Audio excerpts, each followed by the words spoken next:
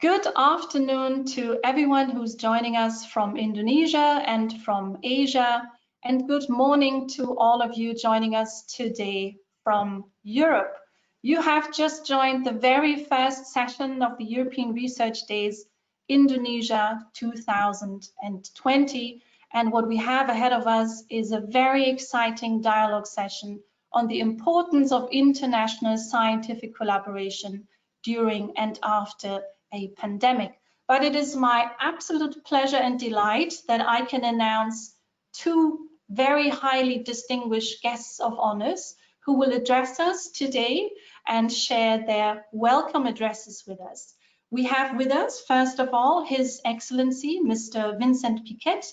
He's the European Union Ambassador to Indonesia and Brunei, and shortly, hopefully also, His Excellency Professor Bambang Brodjonegoro, Indonesia's Minister for Research and Technology, will join us as well. He's in a meeting, but hopefully he'll be with us in a second. And of course, first of all, I'd like to invite Ambassador Piket to deliver your opening remarks. Please switch on your microphone.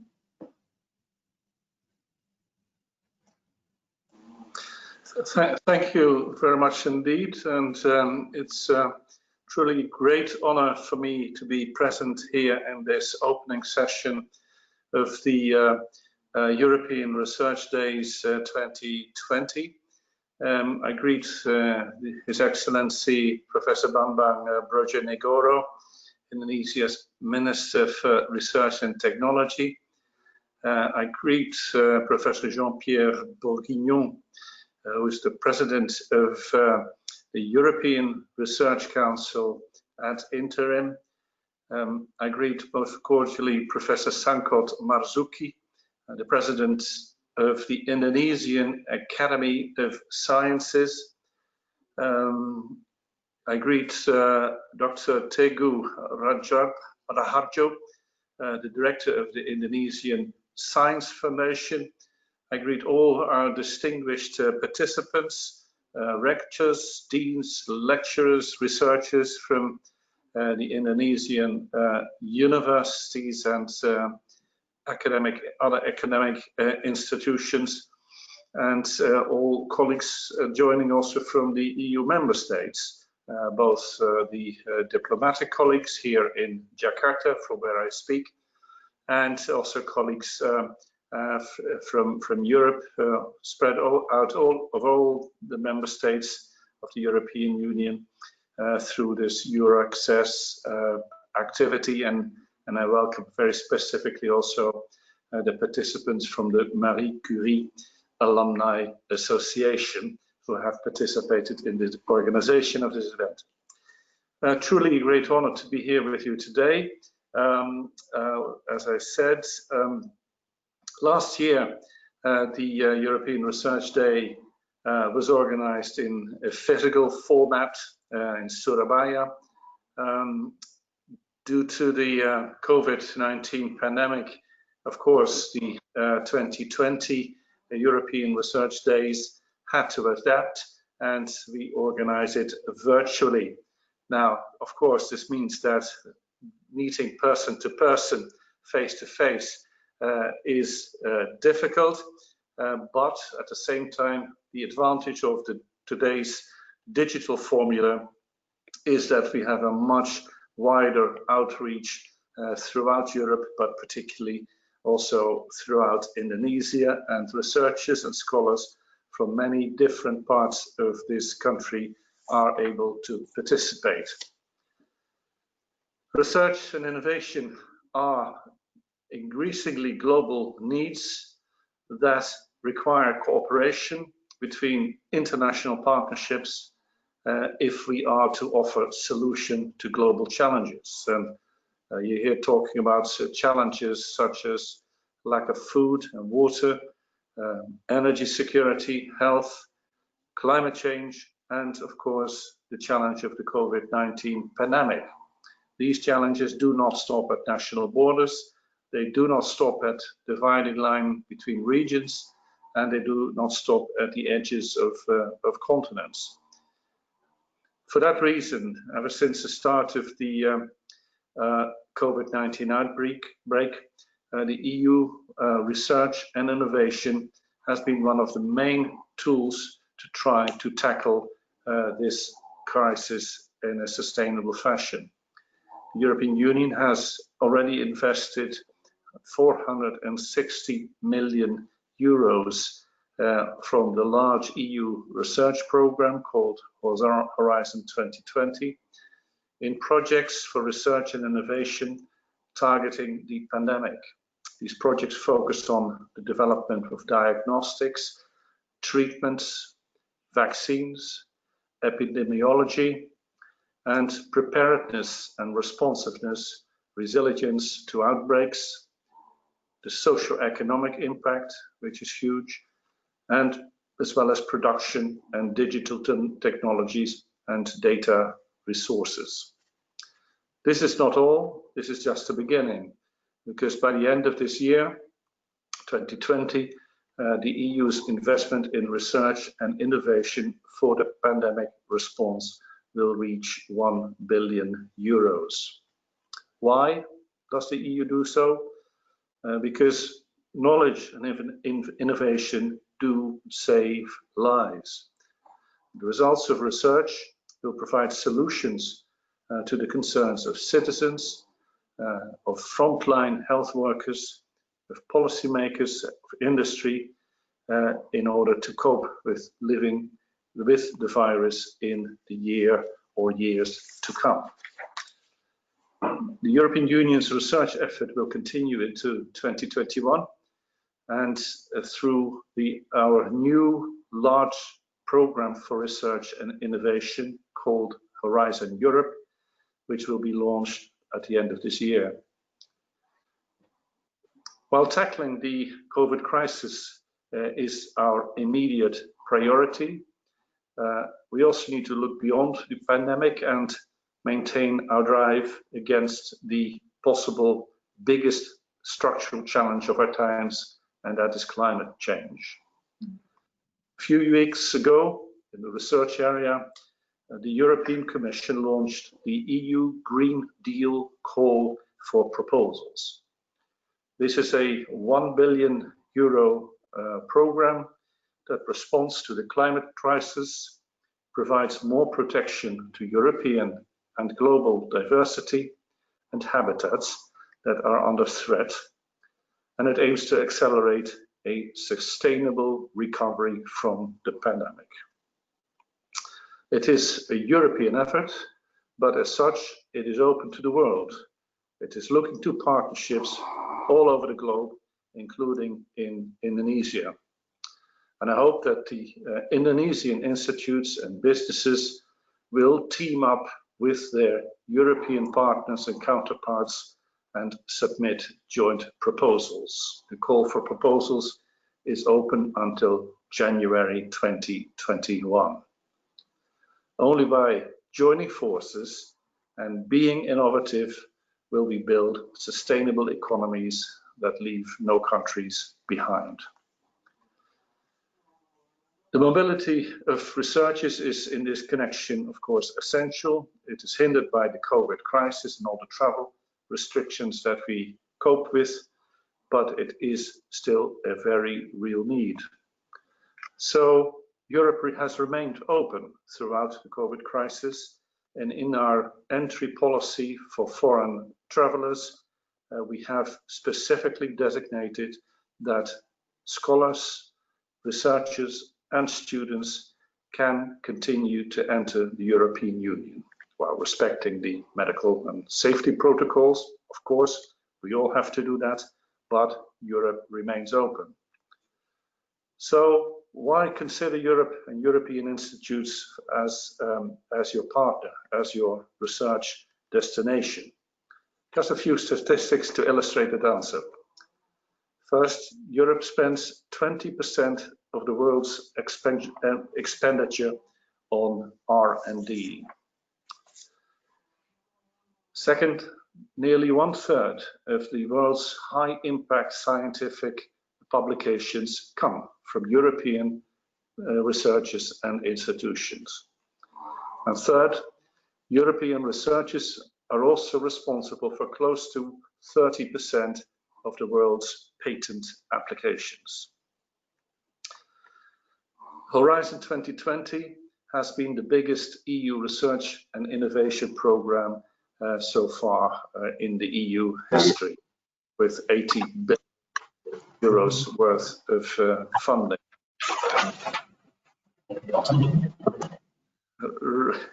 It's an investment in our future, and we will continue to put research as part of our blueprint for smart, sustainable and inclusive growth and jobs. The European Union and its member states have a track record of supporting joint research and mobility and innovation between Europe and Indonesia. We've done that for many, many years, and the results are there. 187 projects funded by the EU involve an Indonesian partner or partners. So that is absolutely a great result. Thousands of students and researchers from Indonesia and from across ASEAN, in fact, have benefited enormously from pursuing higher education degrees and research projects in Europe through programs such as the Erasmus program, Erasmus Plus program, Horizon 2020, and a large number of funding programs offered by the individual EU member states. The member states and the EU will continue this in the years ahead. In closing my opening remarks, I would like to convey my sincerest thanks to the Minister for Research and Technology of Indonesia, His Excellency Professor Bambang Brodjonegoro. I'm thanking him for his support and the support by his ministry for this event and for our cooperation in general. I would like to thank the speakers participating in the panel today, but certainly also in the many other panels that will be presented to us over the coming days. And I'm thanking the participants who I hope will benefit enormously from the various opportunities and research ideas that will be presented today and in the subsequent days ahead.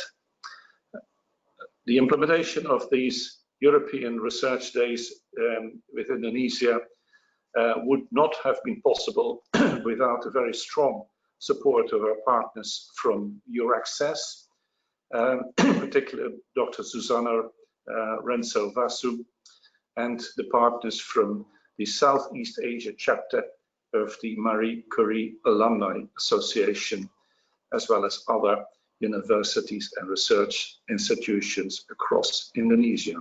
Many thanks to everybody indeed.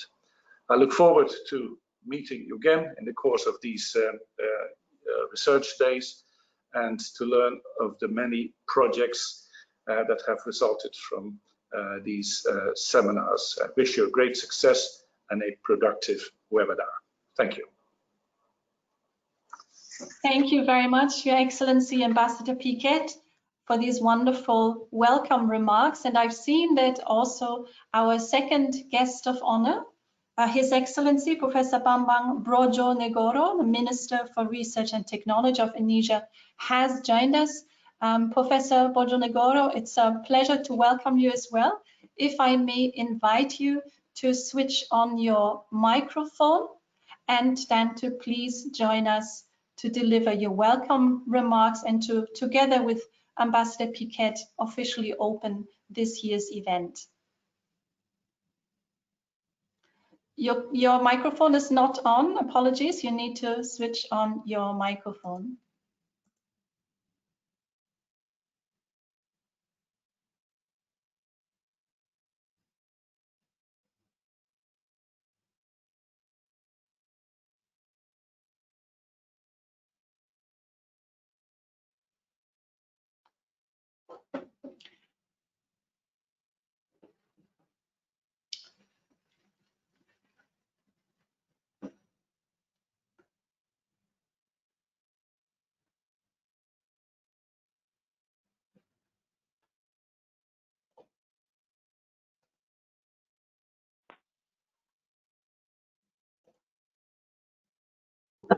Okay, yeah.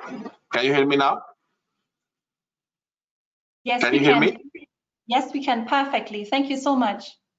Okay, so should I give my welcoming speech first before we formally open the event? Yes, that would be wonderful. Please go ahead. Thank you. Okay, okay, thank you very much. Excellency Vincent Piket, sorry to spell incorrectly, EU Ambassador to Indonesia and Brunei, Professor Jean-Pierre Bourguignon, Interim ERC President, Prof. Sangkot Marzuki, Dr. Teguh Rahardjo, and all honorable speakers, guests, and audience in this European Research Day 2020. I would like to extend my gratitude to the delegation of European Union to Indonesia and Brunei Darussalam, who has invited me to join this event. I also congratulate all the organizers involved for holding this event. Currently, we are facing various potential and challenges, such as Industrial Revolution 4.0 and at the same time, COVID-19 pandemic. The condition has provided opportunities for us to strive further in carrying out research and innovation to come up with the solutions for our society. Therefore, in this era, we are required to promote technology and innovation for the prosperity of humankind and to contribute to economic development. We do our best to upgrade Indonesia's position from the middle-income economy to a high-income country through innovation-driven economy, improving competitiveness index for boosting innovation, empowering the role of university as agent of economic development, and improving university competitiveness by encouraging international publication. Ministry of Research and Technology, National Research and Innovation Agency, acts as the integrator by formulating policies in order to create conducive innovation ecosystem. To create this ecosystem, we invite the collaboration of triple helix, which are government, academia, and industry. Our duty is to coordinate and conduct efforts on research, development, systematic review, and implementation of the innovation. Some components of research innovation ecosystem becomes our focus to be improved. First, human resource. Number of PhD ratio of researcher to population, number of active researchers, and capacity building.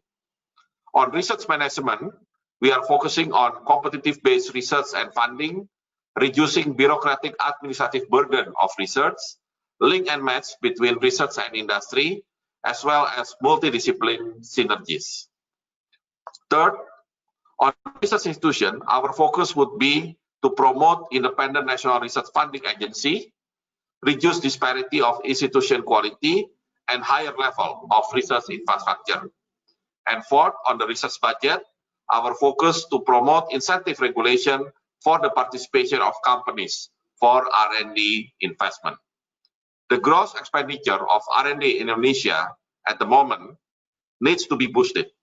For the R&D GERD rank, it accounts only 0.25% of GDP. Although it is relatively lower than some of ASEAN countries, in this period, we believe the effort through the research innovation policy can promote the acceleration of gross expenditure of R&D in Indonesia. In this period, our research innovation policy will emphasize on the accomplishment of, first, appropriate technology, which can give direct benefit to the society, shifting from natural resources utilization to be value added of industrial product and commercialization to promote domestic industry and investment. Third, promoting capacity building of local industry to substitute import product by increasing local content. And fourth, active in developing frontier technology. Indonesia's priorities in research technology elaborated in 2017-2045 National Research Master Plan to streamline the country's long-term R&D needs. The National Research Master Plan was then followed by development of 5 years National Research Priority covering 9 sectors: food, energy, health, transportation, engineering, defense and security, maritime affairs, social humanities, and multidisciplinary or cross-sectoral. And this is for the 2020-2024. Our ministry has 12 out of 49 national research priorities, namely flagship, rice, staple food, electric vehicle battery, Indonesia modern medicine and stem cell, remote sensing satellite, food packaging, disaster management, and research on social change in digital community. At the moment, 4 of them are proposed as national strategic project. Amphibious aircraft N219A that can land on the ocean area, and then drone for military purpose. Third, the catalyst to convert palm oil into green fuel. And fourth, industrial salt to increase the capacity or the quality of salt from low graded salt into industrial grade salt. So in order to implement this 5 years national research priority, we develop program for strengthening skill and technology ability to increase human resource productivity and innovation. These programs are developed while considering we are now experiencing demographic bonus, economic opportunities through global connectivity is another opportunity, and investment in human resources that have impact on increasing productivity through innovation. And fourth, strengthening the education system and technological innovation. On the other hand, to accelerate the handling of COVID-19 pandemic, research innovation becomes an important key to find the solution of pandemic, such as vaccine and medicine. This cannot be done alone. We have to collaborate all over the world to overcome this pandemic situation. Our ministry also has initiated several research and innovation programs with multidisciplinary collaboration between government, university, non-ministerial government institution, industry, association, and diaspora. We also promote international collaboration and inviting diaspora on COVID-19 handling. I proudly announce that Research and Innovation Consortium COVID-19 have been able to launch more than 61 products related to COVID-19, such as PCR test kit, rapid test, detection tools, autonomous UVC mobile robot, convalescent serum, mobile lab, biosafety lab 2, ventilator, and various innovative products. In addition, we are now developing Indonesia's COVID-19 vaccine. Indonesia also has many multinational research collaboration in form of bilateral joint funding program or multilateral joint funding program. Some example, Indonesia and the UK through Newton Fund, Indonesia Netherlands, Indonesia France, Indonesia Belarus, Indonesia Japan ASEAN, E-Asia program, Indonesia EU ASEAN joint funding scheme, and Indonesia USA. And we are still in process of collaboration with universities, starting with MIT, and it will be followed by Melbourne University, and hopefully also University of California at Berkeley. Some companies also propose comprehensive laboratories for industry collaboration, such as living labs as an active ecosystem. This is an example of proposed collaboration in the field of energy or battery. The proposal is developing living labs in Indonesia, triple helix collaboration, high technology, and utilizing local resources for the global market. We hope that many more collaboration, as I mentioned before, could contribute in providing opportunities both to create new knowledge and to increase the impact of research for humankind and welfare. So on this occasion, I will be together with the Excellency Ambassador to appreciate the event of European Research Days 2020. Stay safe and have a good day. Thank you so much, Excellencies, for your wonderful words of welcome and for opening officially our European Research Days 2020. I think you've given us a lot of very positive information that we will be discussing in the next coming days in 12 webinars that we have lined up as part of the series. Now, thank you so much for joining us. I understand that you will be having a press conference now elsewhere. So on behalf of all our speakers and the audience, thank you once again, and a wonderful day to both of you. Thank you. Thank you. Now with this, we are now turning our attention to our opening dialogue. And our opening dialogue, of course, is touching this very important issue, the importance of international scientific collaboration. And both our guests of honor this afternoon have already shared with us how important it is, what kind of research focus Indonesia has identified. The ambassador for the EU has already indicated what is coming up in Europe in the coming 7 years with a new framework program for research and innovation, Horizon Europe. But I know that a lot of researchers on the ground are at this time a little bit concerned. We all are struggling with this new situation. This is why we are finding ourselves here today in this virtual reality rather than a wonderful conference room. And we want to, we have invited very distinguished guests this afternoon to share with us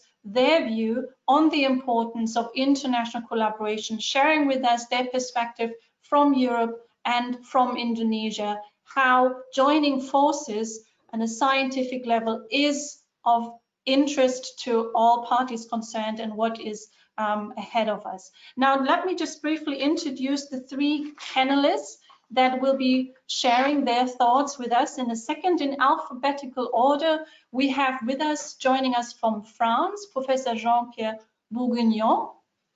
Professor Bourguignon is the interim president of the European Research Council. This is a role that he's held previously between 2014 and 2019, and some of you have probably met him because he's traveled extensively. He's been in Southeast Asia also a number of times.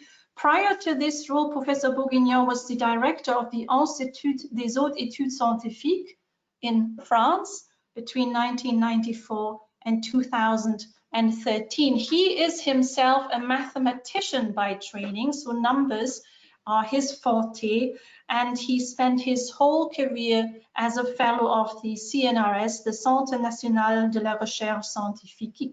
He also has a professorship at, or held a professorship at the École Polytechnique between 86 and 2012, and he was also president of the Société Mathématique de France and president of the European Mathematical Society, and I know this is something he wants to go back to in a later stage. Good morning, good morning to you, Professor Bourguignon.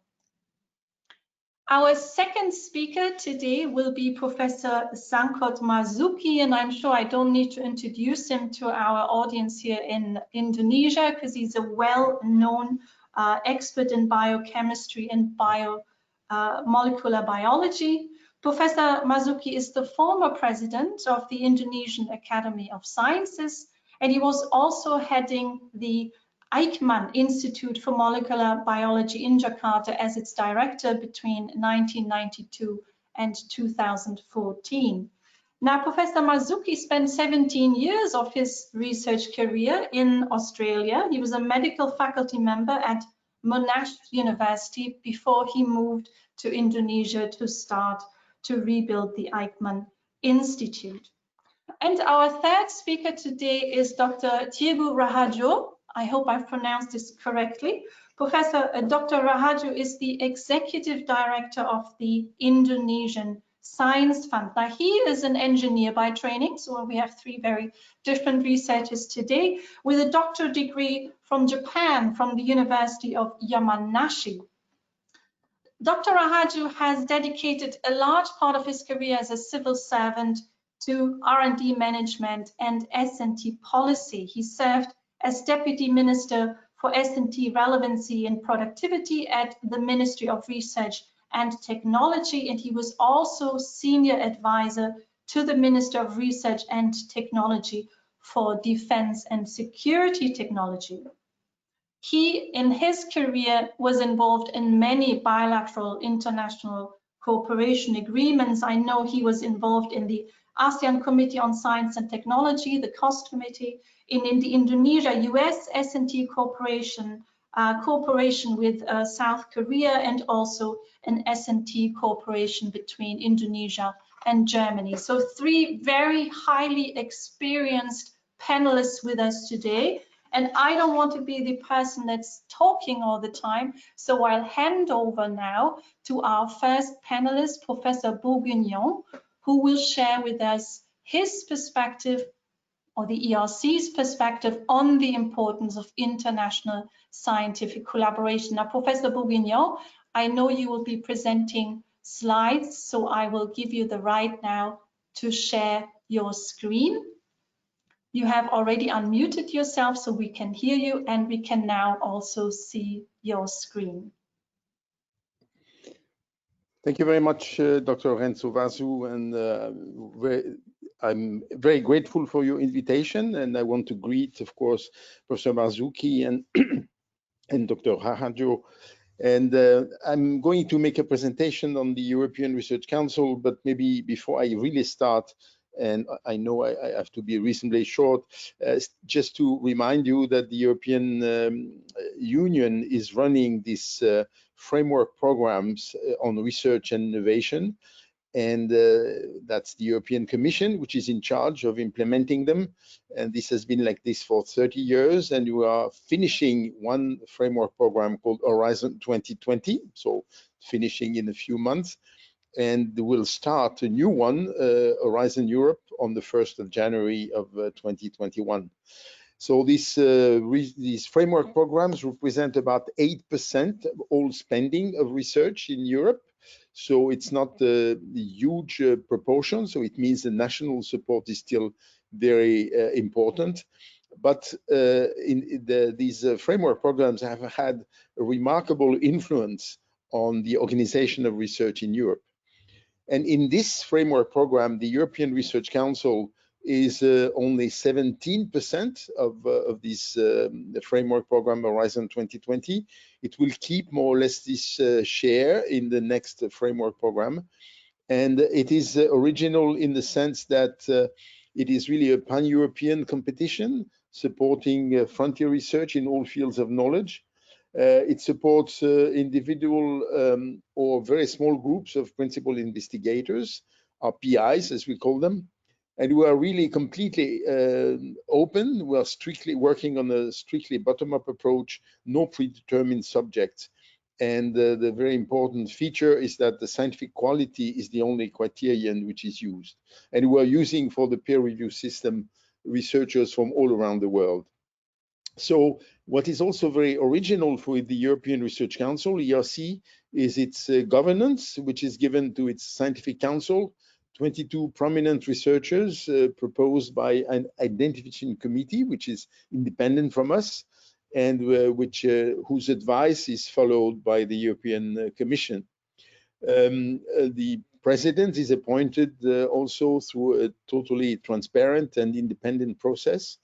And the nomination, both for the members of the council and the president, is a nomination for 4 years, renewable once. Typical length of mandate is 4 + 2, 6 years. And the responsibility of the scientific council is very original in the sense that it has the full responsibility over establishing the scientific strategy and the annual work programs. It has the responsibility of choosing the evaluators, which is a big job, because every year we have more than 1,000 evaluators who used to come to Brussels. These days they are working, of course, with teleconferences, but also something like 6,000 referees from all around the world. The panel members are typically 15% non-Europeans, and the referees are, the remote referees are typically 30 to 40% non-Europeans. And of course, it has various responsibilities in terms of monitoring how the program is developed. The program was introduced in 2007 after a long struggle by the scientific community. So we are now in the 13th year of existence of ERC. Of course, the European Commission is playing a very key role because it provides the money. It provides also the guarantee that the ERC remains autonomous and also is functioning with the appropriate integrity and accountability.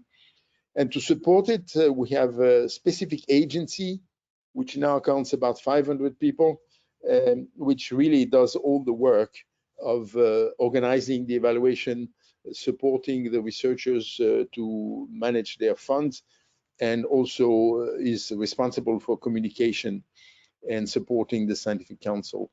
So the ERC is very much open to the world. There is no nationality constraint to get a grant from the ERC.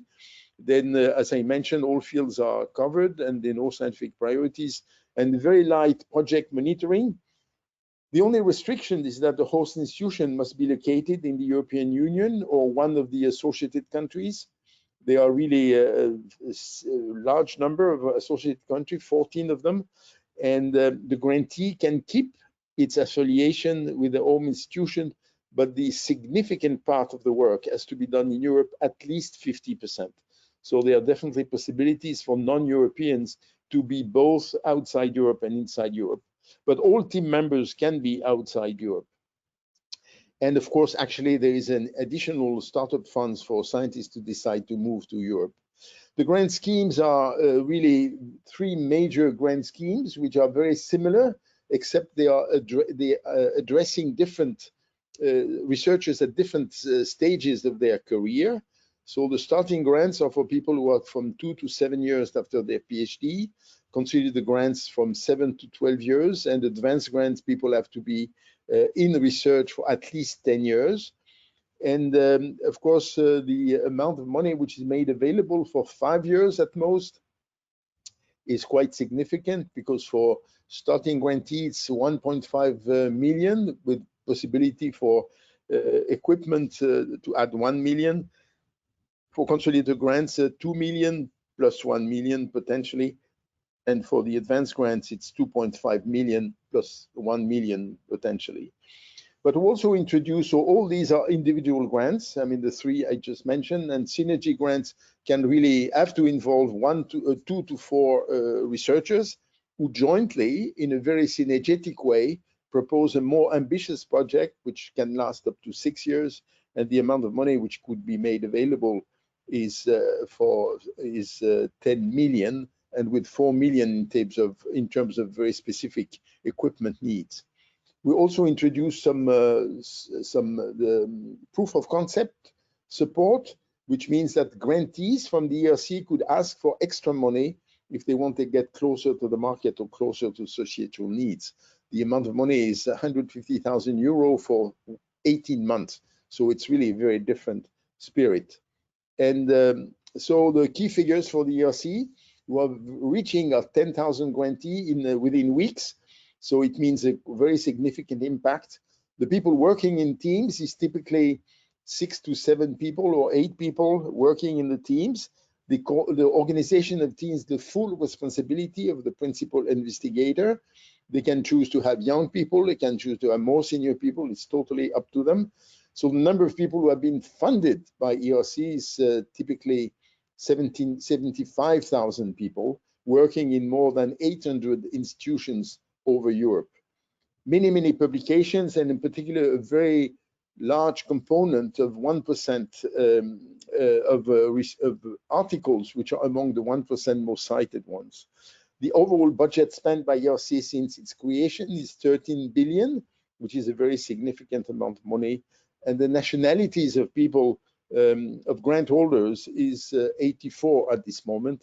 So it means not just the Europeans. You know, the European Union had 28 members until the UK retired, so down to 27.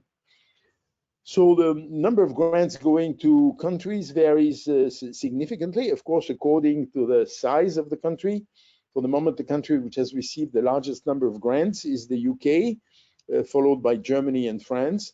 But actually, if you divide by the population, the most successful countries is the Netherlands. The next one is Denmark. The next one is Sweden. And then you find Ireland, Austria, you find the UK, you find Luxembourg, and you find Germany and France only at the 10th and 11th rank if you divide by the size of the population. So just to show that there's a huge variety of research opportunities in Europe not only in the large countries, of course, since they are large, they are more visible, but actually it's always to be reminded that Europe is really very active in many different parts of the continent. And the international participation, which is of course the key element of my presentation, I've listed the grants which have gone to people from outside Europe. Of course, the USA is dominating in really the starting grants, consolidated and advanced grants with more than 300 grants. But you see that Canada has a significant number, India has also a significant number, China not well, 50 grants going to Chinese. So I'm talking here about the nationalities of the people who got the grant, and most of them actually were already in Europe when they got their grants. So actually, if you look at the people who submitted an application, of course you get different numbers. And now it allows me to list many other countries who really for which we had applications that we received. But the key point, of course, is the numbers concerning people working in teams. That is not the PI, not the people who submitted the proposal, but people who are really working in teams. And then you see a number of countries with a very significant number of people working.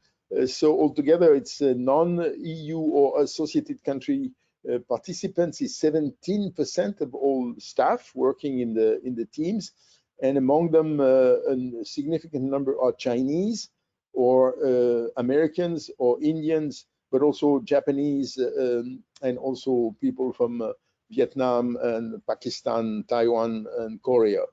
So these are the people really who are participating to the research funded by ERC.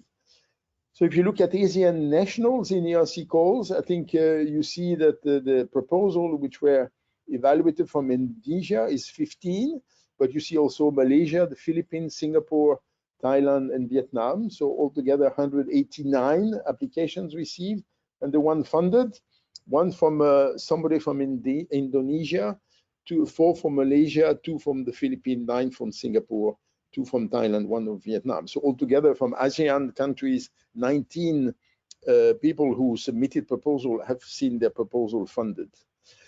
So there is another tool which ERC has, which is so-called implementing arrangements, which are really agreements signed by the European Commission with agencies in various countries.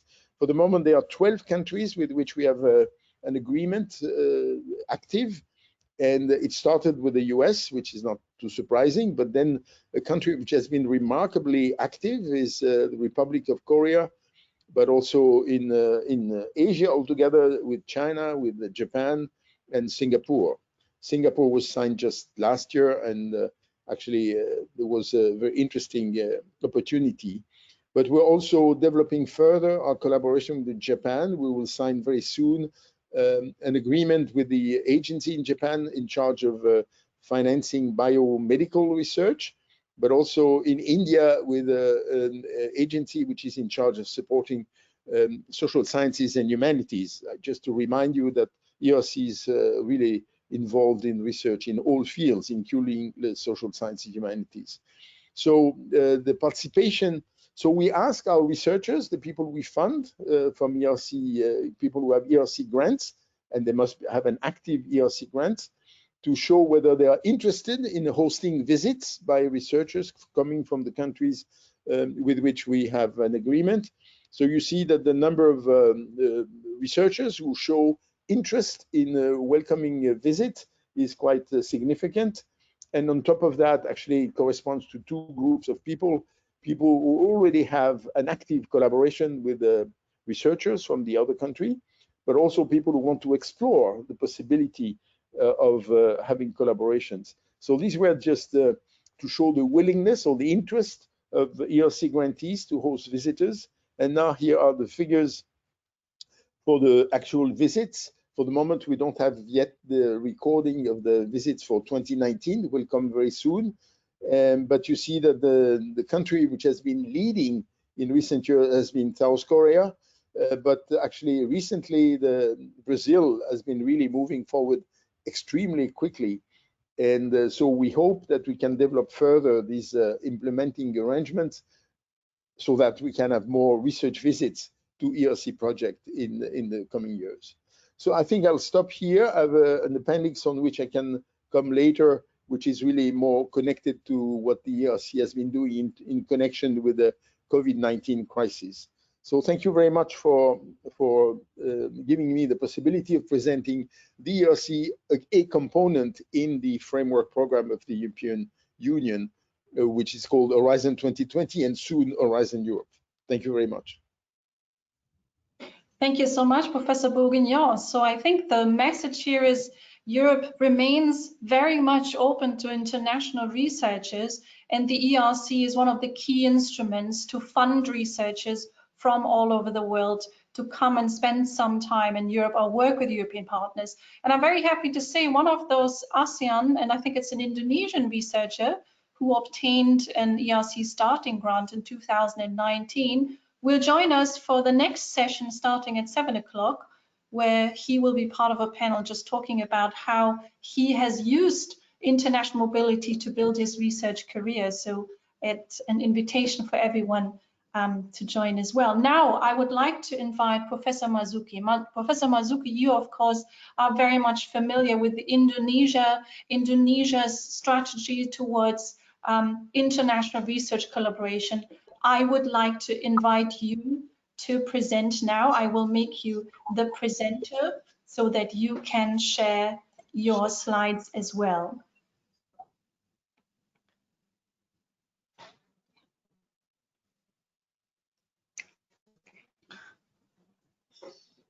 So I can already see your screen. You just need to pick the right presentation. There we go. It works very well. Please, Professor Marzuki, the floor is yours. Please switch on your microphone. Thank you. I would like to start by expressing our appreciation to EURAXESS for organizing this European Research Day 2020 in the middle of COVID-19 pandemic crisis, and to join Professor Bourguignon in welcoming all the participants to this opening session. I'm very happy to see such an enthusiasm in the participation to this the European Research Day, which I think is the sign of our shared commitment to scientific collaboration between Europe and Indonesia.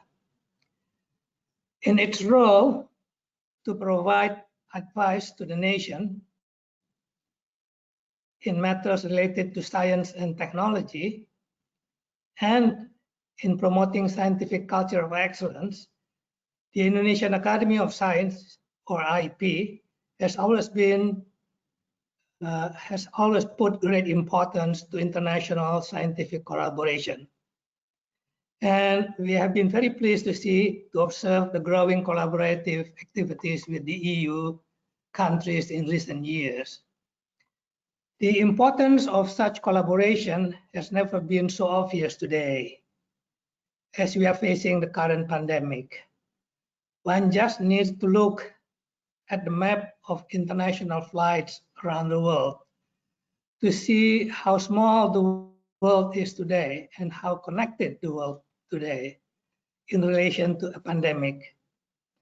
A flight from Jakarta, Singapore, or Bangkok to Schiphol, Frankfurt, Rome, or Paris could bring a new pathogenic virus from Southeast Asia to Europe overnight.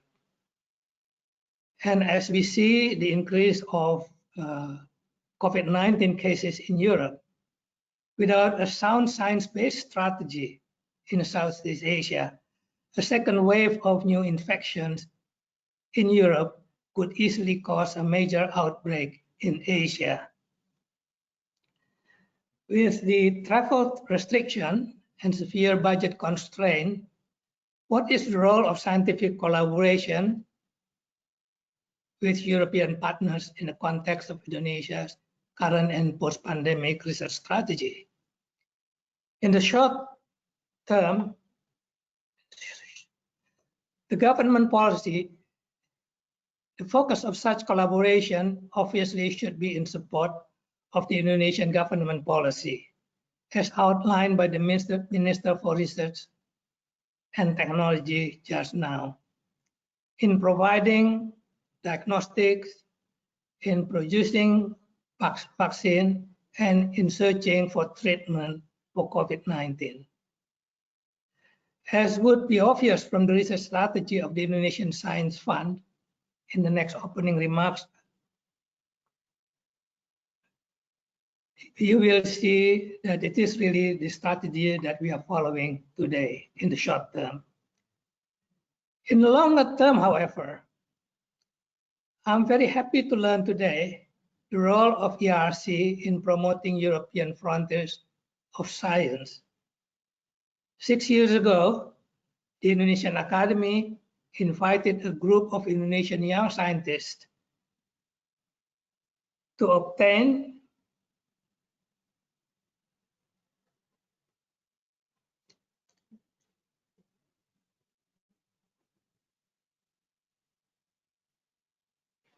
their longer-term view of what they see as essential for science development in Indonesia. Because for the future of Indonesia, the developing, promoting scientific culture of excellence is critical, is essential.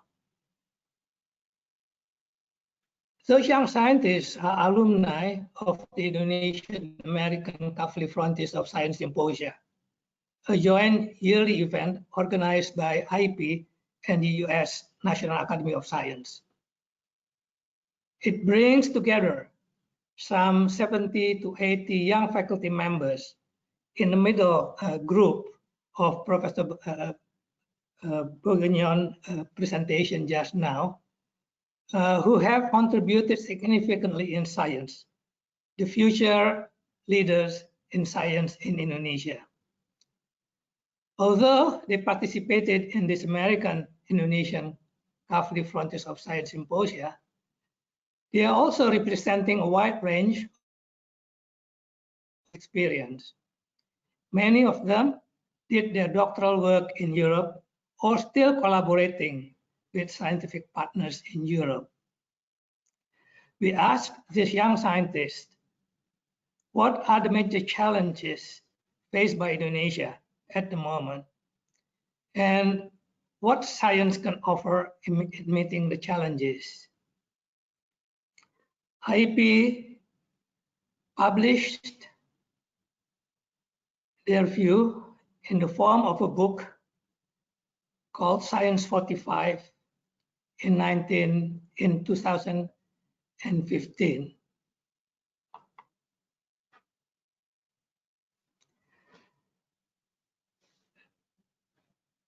The Science 45 is named Science 45 because they contain 45 questions essential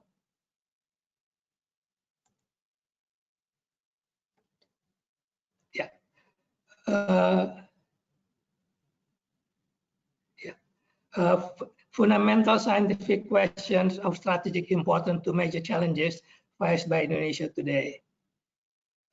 As we asked the young scientists, the questions that they put together should really, the answer to the questions that they put together should make significant impact in meeting the challenges, but also should contribute to the development of science in Indonesia, in particular to the development of frontier science, the scientific culture of excellence in Indonesia. And the time frame that we gave them is toward the centenary of Indonesian independence in 2045. The 45 questions that they came up with can be grouped, can be clustered into 8 clusters. They clustered actually the questions in 8 clusters, varying from the identity, diversity, and culture, which is very important for today, for Indonesia, today and the future. You know, Indonesia has so many ethnic, hundreds of ethnic groups, and yet we are one country. The archipelago, marine and bioresources, are very, very important. Life, health, and nutrition, water, food, and energy, Earth, climate, and the universe, in particular in view of the cluster number 6, disasters and community resilience, because we actually live in the ring of fire.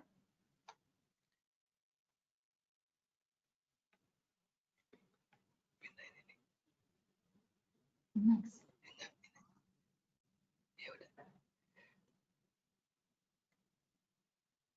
As you can see, that many of these questions are very relevant to the challenges today that we are facing with the COVID-19.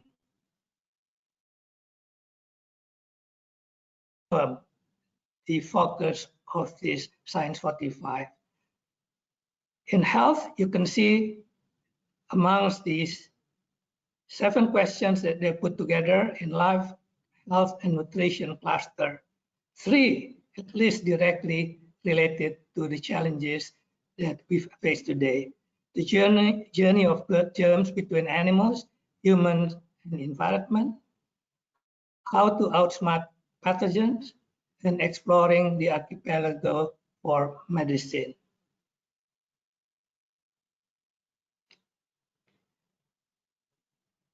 The Science 45, therefore, has inspired many scientists in Indonesia, and priorities of DIPI, of the Indonesian Science Fund, has also been very much guided by this view of the young scientists. You will learn a bit more about our strategy from Dr. Teguh, but hopefully the Science 45 will continue to shape future scientific research in Indonesia and in our collaboration with international collaboration. With the science and with the COVID-19 challenges that we face today, it's clear that we have to update the Science 45, which was introduced actually as a living document.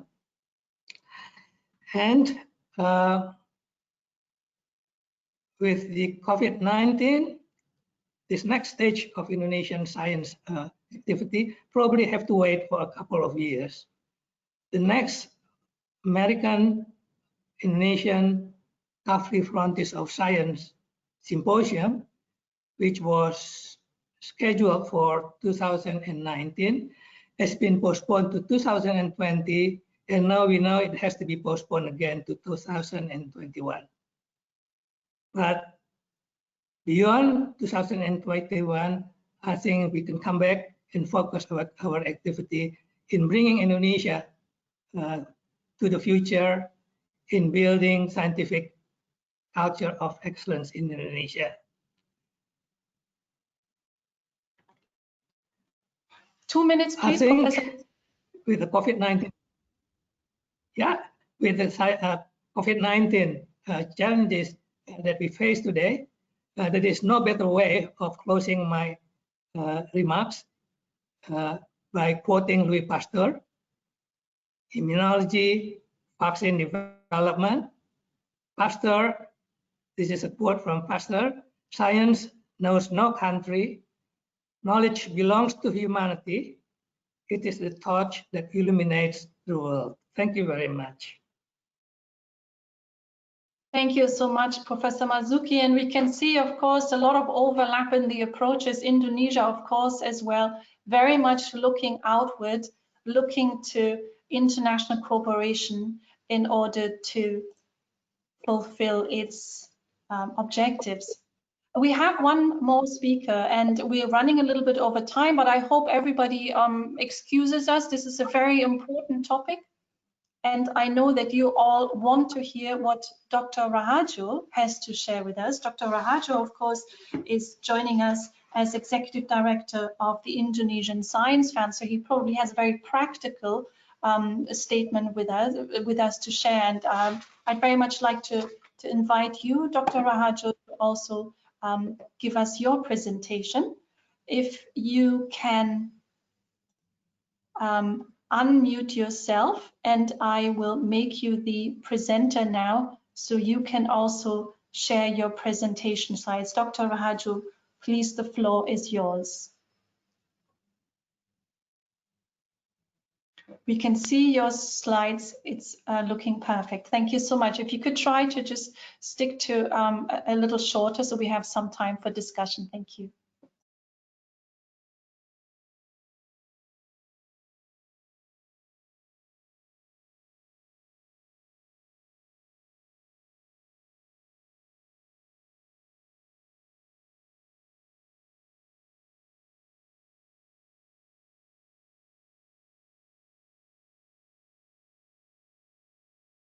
Okay. Thank you, Susan. Good afternoon, everyone from Indonesia and also ASEAN country, and good morning from for people in Europe. Good morning, Prof. Jean-Pierre Bourguignon.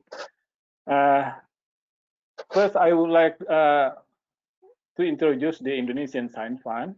This is the independent funding agency under the auspice of the Indonesian Academy of Science. It was launched in 2016, so this is quite new agency. However, we have a very good experience. We conduct the joint call with MRC and RC UK for the health and also for the environment related research. We also in the 2016, and now we funded about 11 projects, 6 with the MRC and another 5 with the RC UK. And since 2017, we are working together with another consortium management for managing the Southeast Asia Europe joint funding scheme. And now we are as a call secretariat for the 5th S&T call and also 6th innovation call. So I would like to explain more later on. I start with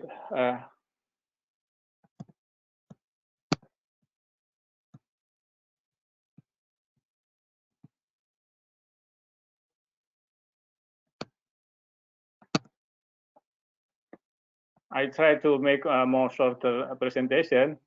In this slide, I would like to highlight just we can know that within a very short period, less than 10 months, so the COVID-19 virus spread rapidly to worldwide. More than 200 countries are affected. 38 million people was infected, and more than 1 million people died. And this pandemic put very high pressure to the healthcare management in every country. And there are no proper medicine or vaccine yet for 7 billion world population. Many countries unprepared, sparking an unprecedented crisis across the world. It's increasing restriction in our daily life. We have to live with new normal protocol now.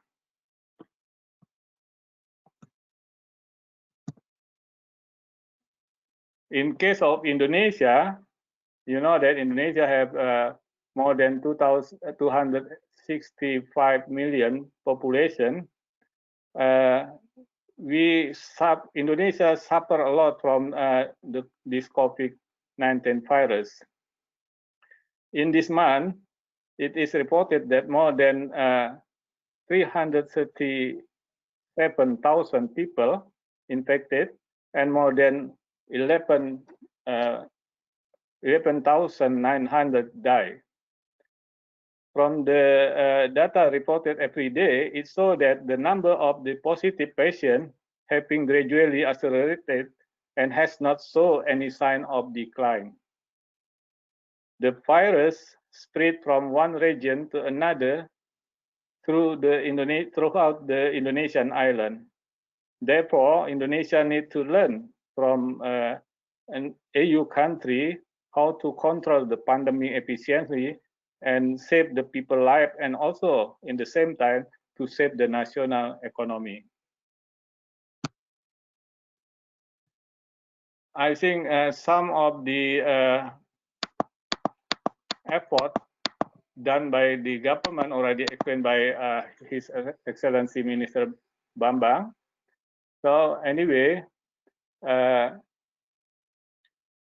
are a lot of action program that had been established by the governments.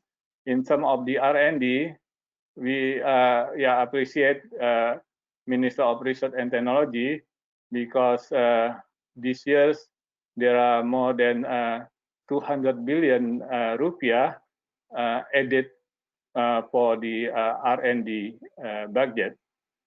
So it will use to conduct the research to develop vaccine, medicine, also medical equipment, and diagnostic kit, and so on. So besides that, the government also have been done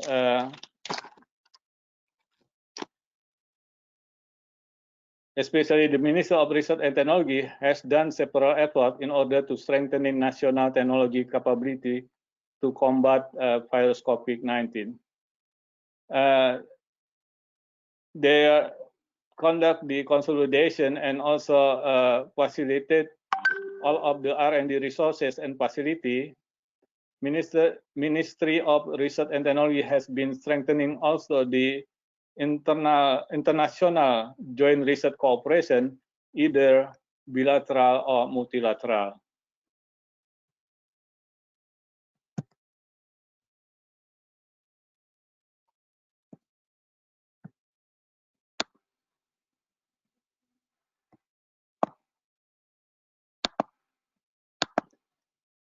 Yeah, this is also already mentioned by the Excellency Minister. Indonesia also developed the vaccine based on the recombinant vaccine. So that best stimulate the immune system. It is predicted to be available in 2022. It's still a long way to go. We don't know exactly. While now the number of the infected people every day in Indonesia is about 4,000, so quite big. We hope we can control better. And other thing also, we in Indonesian Science Fund also now provide some support to the research about the prevention, filtering, and diagnostic medical equipment, and supporting device, medicine, and therapies, and also social humaniora. So, Indonesian Science Fund (DIPI) through the international research collaboration and also diaspora scheme provide funding for research on the what I already mentioned. All of the research need interdisciplinary researchers, laboratory equipment, expertise, big and sustainable R&D investment. I think that Indonesia probably has strong in some point, but unfortunately, in other side is weak in another point. So that's why the international collaboration is inevitable. While the Excellency Ambassador also already mentioned, EU has a long education and research history, advanced in science and technology development, has long and sustained R&D investment. Therefore, I believe that EU is best partner to work together for combating the COVID-19. Yeah, by the joint research between Indonesians and EU, I believe that there are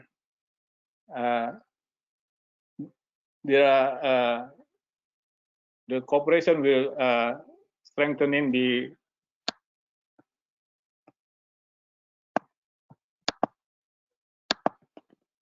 existing cooperation, either bilateral or multilateral.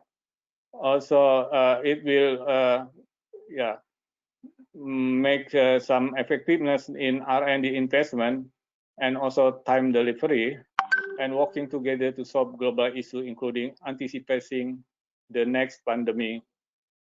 Because we don't know exactly when the pandemic will end, and we also cannot guarantee that probably in the next future there will be a new pandemic hit the worldwide. 2 minutes, please, Dr. Rahardjo. Okay. This is my last slide. I would like to mention you that there are a scheme that now still available, which is Southeast Asia EU Joint Funding Scheme. There are two calls. The first is fifth SNT call, and another is the sixth innovation call. So you can see that the SNT call will be close the call for proposal in December 15, while for innovation call is in January 15. So the thematic is infection disease and nanotechnology for fifth SNT call, while in sixth innovation call is digital health and also bioeconomy. And you can see also the funding agency that involved in this scheme. So probably if you came from the country that the funding agency is listed here, so you can apply easily directly to the scheme. And one important thing that I would also to inform you that we will conduct the matchmaking event on health-related topic that take place in the spirit of the World Health Summit 2020 at 28 October 2020 at 3 p.m. Jakarta time, or GMT +7 in Europe. So if you're interested, you can join the matchmaking event, and probably you can find the best partner in the event. I think that's all, and I will thank if we can discuss more in the discussion session. Thank you very much. Thank you so much, Dr. Rahardjo. And thank you to all three of you for these very interesting statements. I've seen there's a lot of overlap. Of course, we are unfortunately running totally out of time, but I'd like to ask one question to each of you, based also on what the audience members have asked us. And maybe Dr. Rahardjo, I'll start with you. You're the last presenter. There was a very concrete question. The research community in Indonesia, they're affected by COVID, their mobility is affected. How does your organization support researchers in that particular situation? What kind of mechanisms are in place to make sure that research can continue and also international collaboration can continue? Well, yes, I think I representing the Indonesian Science Fund. This is a funding agency. We can guarantee that the money will be continue. So, and in terms of the mobility, you can get some part of the research fund to probably to go to international event or to meet your partner in Europe. So this is there are no restrictions. There are no change between before and during this pandemic. So we provide in for example, now we manage the we call it the International Research Collaboration Scheme. We provide about 135,000 US dollars a year, and we also provide within that budget, we provide about more than 20,000 US dollars for mobility and so on. So it's available to conduct the research and meeting the people as well. Thank you.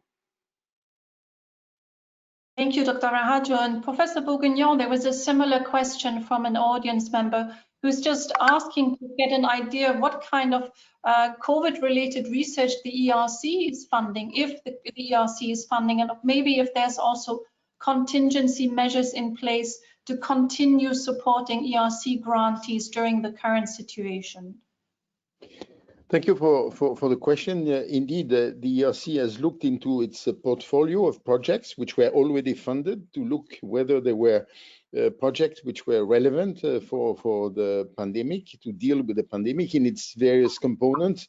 As you know, it's both modeling, understanding, finding treatment, looking for vaccines, and so on.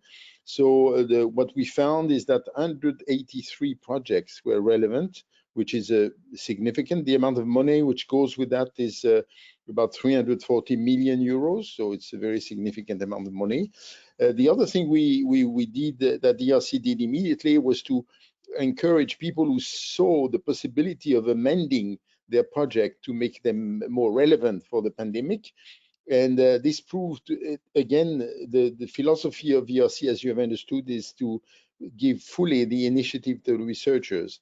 And that worked very well, because actually this year the ERC has been signing twice as many amendments as it used to sign. So it showed that the researchers took this offer to be flexible very, very well. Of course, the European Commission has also launched some specific programs on the pandemic, and with various components, some of them collaborative, some more focused on the researchers. In the case of ERC, as you know, we want to actually, my fight as president of ERC has been to make sure that in the future there's still a reasonable share of the budget which goes really to completely curiosity-driven research, because we know this pandemic is with us. We need to fight it, but we don't know what the next one will be. And we know in particular there is another problem coming up very seriously, which is climate change. So I think we believe in curiosity-driven research. We are not claiming there is no room for the rest. No, of course, there should be some top-down research, but I think I'm really very firmly convinced that we need to really have a significant share which goes to bottom-up research. Maybe a final point I want to say, if you want to know more about ERC, a project connected to COVID, in the Research Innovation Days, which took place in Brussels, or actually virtually at the end of September, there is one specific session which was dedicated to this, which I think was very, very successful. So for people who want to know very concretely about some examples. And the last point I want to make is, which I should have made during my presentation, is that for our synergy grants, 2 to 4 researchers submitting a project, one of the 2, 3, or 4 could be located outside the EU or an associated country without asking the country where the person works to really be funded by his or her country. So I think typically in the call, which will be, the results will be released tomorrow. I'm signing the 34 contracts for Synergy today. I can tell you that one of the projects will be actually in one of the person in a project will be in Australia, and another one will be in Japan. So just in Asian countries. So there is a possibility for researchers outside Europe to join a team for a synergy grant without requesting any support from the country. Thank you very much anyway for the invitation. Thank you so much, Professor Bourguignon. And that was actually a great response you've given, because we had a couple of audience members asking about the opportunity to join ERC projects. If anyone is interested in finding out more about this, we will have a webinar on the 19th of November, where we'll be talking specifically about the ERC grant opportunities. Professor Sangkot Marzuki, though, I would like to invite you also to just share with us. We've had, I'm of course looking here at the questions that come in from our audience members. There is a lot of, there's a lot of confusion, especially early career researchers are not entirely sure how this current situation is affecting their research career. I just wonder whether you could just give us a little statement. How do you think, what kind of support exists in Indonesia, maybe the organization that you are representing, what kind of support could they give to young researchers, and maybe what do you think, what is going to be the new normal of international collaboration? If you just switch on your microphone, please.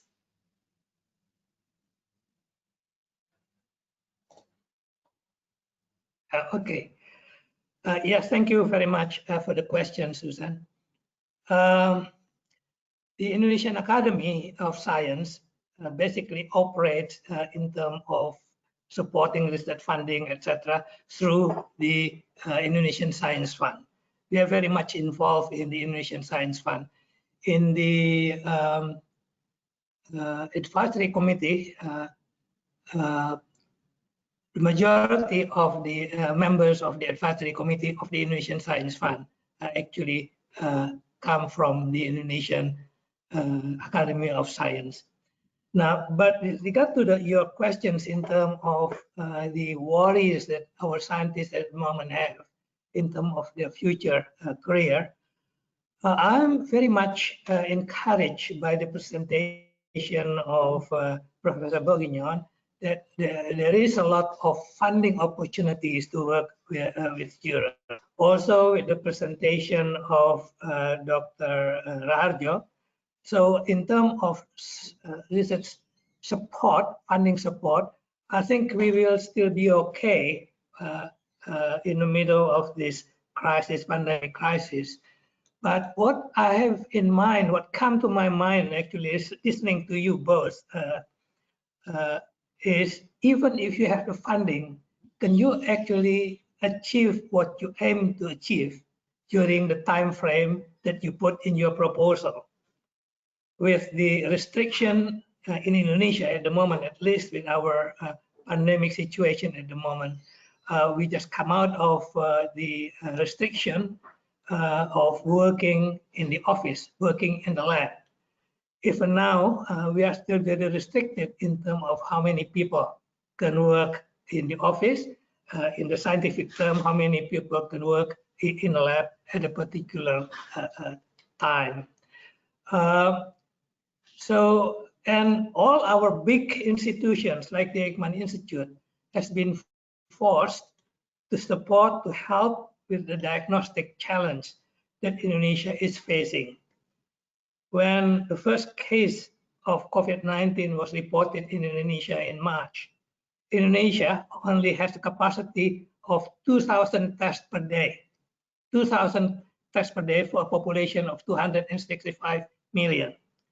It has increased now to around 30,000 tests a day, but that still is very, very small per population.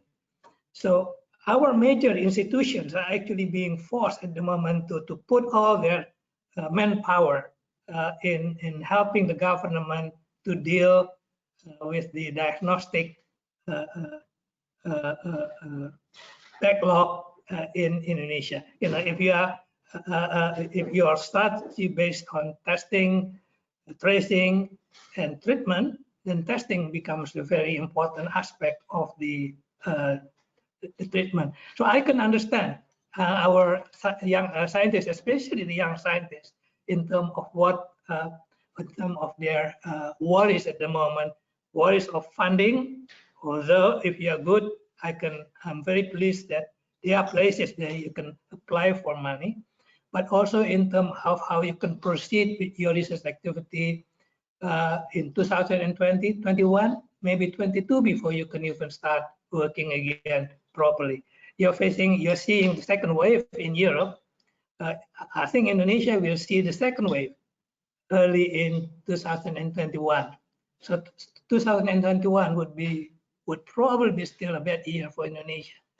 So I don't know whether it is an answer, Susan, but that's really our current situation, and that's the fact. There is not much we can do except supporting Pak Teguh, supporting the Indonesian Science Fund, what they are doing, all their activities with partners in Japan, partners in Australia, partners in Europe.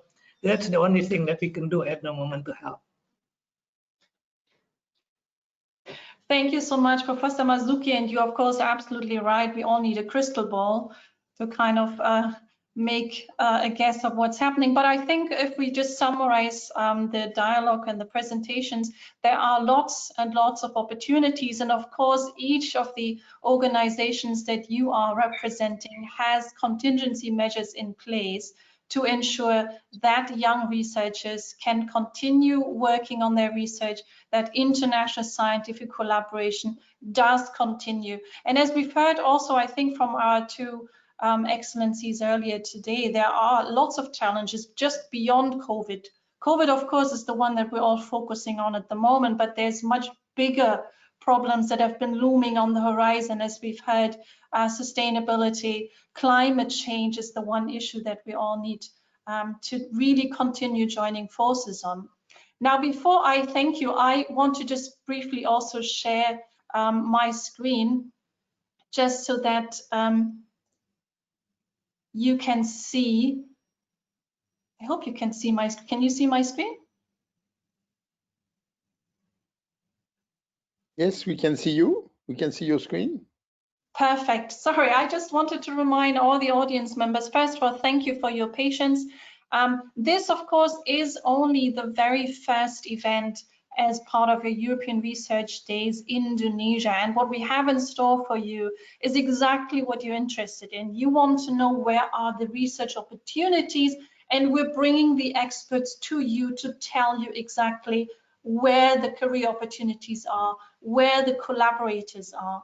We've heard earlier today the EU Green Deal calls. This is really where research focus and money is going to be at in the next 7 years, finding solutions to the big challenge of climate change. We have a dedicated session on the EU Green Deal calls on the 26th of October, which is next Monday. And there is one call which specifically invites researchers from Indonesia to join. We have, of course, a session in just under half an hour where, as I said, an Indonesian ERC recipient, amongst another panel of fantastic researchers, will share with us how they made the world their lab to build their international research career. So I'd like to invite all of you to join us over the next 6 days and really make the most of this opportunity. Now with this, it's my turn now to thank all of you, Professor Bourguignon, Professor Marzuki, Professor Rahardjo. It was fantastic. For our audience members, the presentation slides will be shared together with a recording of today's session, and I will attach some information that I've kind of figured out you're very interested in on the joint funding scheme that Dr. Rahardjo introduced. I will include information on the ERC event on the 19th of November, and I will also include some information about European funding related to COVID that you might want to explore. With this, I thank all of you once again, and I wish you all a wonderful evening. And you can see the sun is setting on my face here, so it's time for all of us to take a break, and thank you so much. Thank you very much for the invitation, and greetings to all of you. Stay healthy. Stay healthy. Goodbye.